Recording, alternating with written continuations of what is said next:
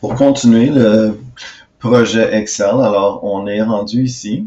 Alors on a fait ces choses-là.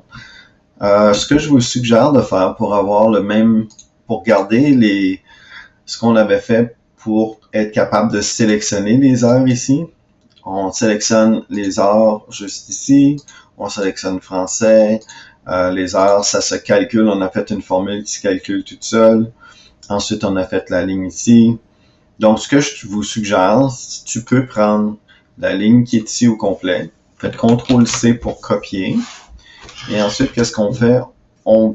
Je vous suggère de le faire une ligne à la fois. CTRL-V. Et vous voyez qu'ici, il y a un problème avec... On va régler ce problème-là après. Alors, CTRL-V, CTRL-V, CTRL-V, CTRL-V, CTRL-V, CTRL-V, CTRL-V, CTRL-V, CTRL-V jusqu'à 20. Maintenant, qu'est-ce qui arrive ici? C'est que le problème avec la section qui est ici, c'est qu'on divise par H3. Parce que tu changes de ligne, qu'est-ce que ça fait? Ça augmente parce que le tableur est assez intelligent pour dire, OK, je suis plus sur la ligne 11, alors j'augmente le chiffre. Je suis plus sur la ligne 12, donc j'augmente le chiffre H. Mais en réalité, nous, ce qu'on veut, c'est qu'on veut revenir toujours à H1 qui est ici, dans l'autre cellule. Alors, qu'est-ce qu'on fait à cet endroit ici? On veut que ce soit H1 à nouveau, et non pas H2 à nouveau, et non pas H3. Donc, en mettant H2, notre calcul se fait bien. Alors, on fait juste aller à H2. Puis ici encore H2.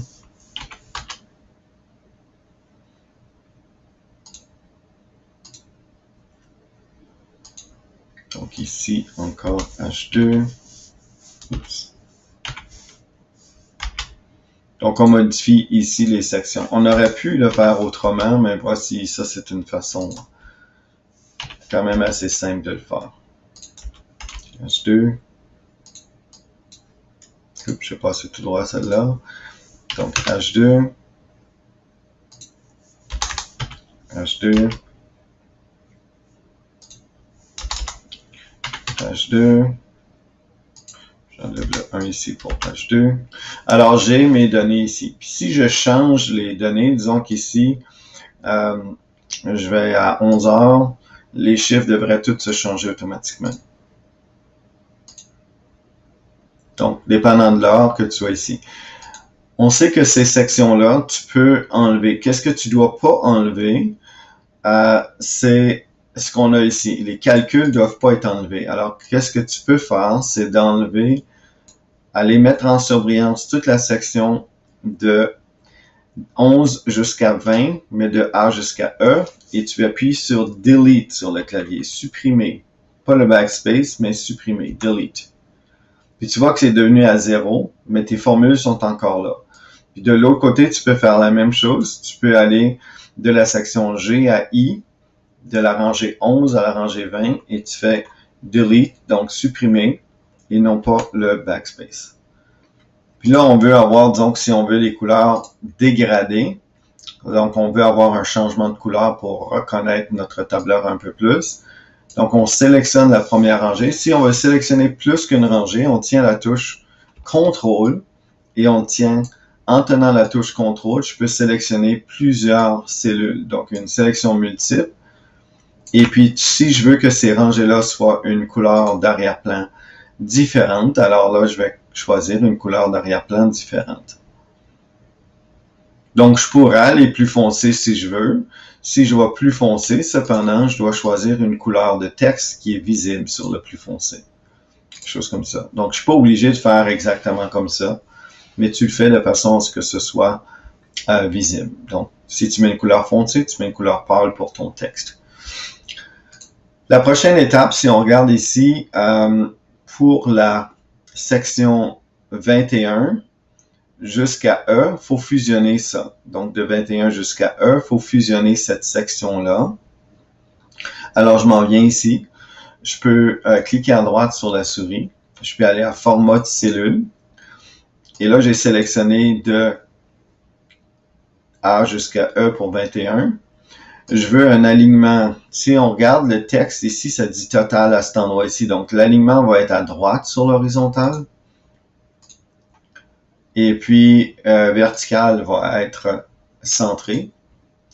Je veux renvoyer à la ligne automatique. Puis, je veux fusionner les cellules. Alors, je fais OK. Puis là, si je choisis une couleur d'arrière-plan pour cette cellule-là, et puis si j'écris le mot total avec mes 2 points, ça va se placer à droite parce que j'ai précisé à droite. Qu'est-ce qu'on va faire? On va sélectionner de la section G, rangée G jusqu'à J, la colonne G jusqu'à J, pardon. Je clique à droite sur la souris, je fais format de cellule. Je veux aussi avoir, dans ce cas ici, ça ne change rien au niveau de centré, parce qu'on ne met pas de texte dedans, mais on va mettre centré, renvoyer à la ligne et fusionner les cellules. Puis le remplissage, il est ici aussi, le remplissage. On peut le faire en haut là ou on peut le faire ici. Alors, je fais juste OK. Et puis, je peux modifier mon remplissage. C'est la dernière couleur que j'ai utilisée est là. Alors, je vais le sélectionner. Pour le total, donc on veut un total. Alors ici, notre chiffre, premièrement, on va cliquer à droite sur la souris. On va aller à format de cellule. Tiens, on va mettre un remplissage tout de suite. Disons que je veux l'avoir en vert. Je veux avoir mon texte. Alors ici, ça serait la police. Je m'en viens ici. Disons si je veux un texte pâle. Ça, c'est la police. Puis on ne change pas la grosseur. On va à alignement. On veut le centré. On est dans la cellule ici, 21. Ça, c'est F21. Donc, dans F21, centré. On n'a pas besoin de renvoyer à la ligne automatique, on n'a pas besoin de fusionner les cellules, mais le nombre, il faudrait que ce soit un nombre avec 2 chiffres après la virgule, comme ici. Alors, je fais OK. Mais là, je vais faire la somme. Alors, je mets le signe égal. Puis là, je commence à écrire S. O. Oups, pardon. S-O. Puis là, j'ai toutes les formules qui apparaissent. Quand je vois celle que j'ai besoin, c'est la somme toute seule. Je fais un tab. Et puis là, j'ai une parenthèse qui ouvre. Je vais cliquer sur la première cellule que j'ai besoin, qui est F10. Je tiens la souris et je descends jusqu'à F20. Alors ici, ça doit dire F10 jusqu'à F20. Je vais placer mon curseur après le F20. Je ferme la parenthèse. Donc, j'ai fermé la parenthèse et je fais entrer. Automatiquement, le calcul se fait. Alors maintenant, dorénavant, quand je vais choisir des heures ici, disons que je choisis à 15 heures, puis je finis à 15 heures ou 16 heures ou 19 heures, tiens, de 15 heures à 19 heures,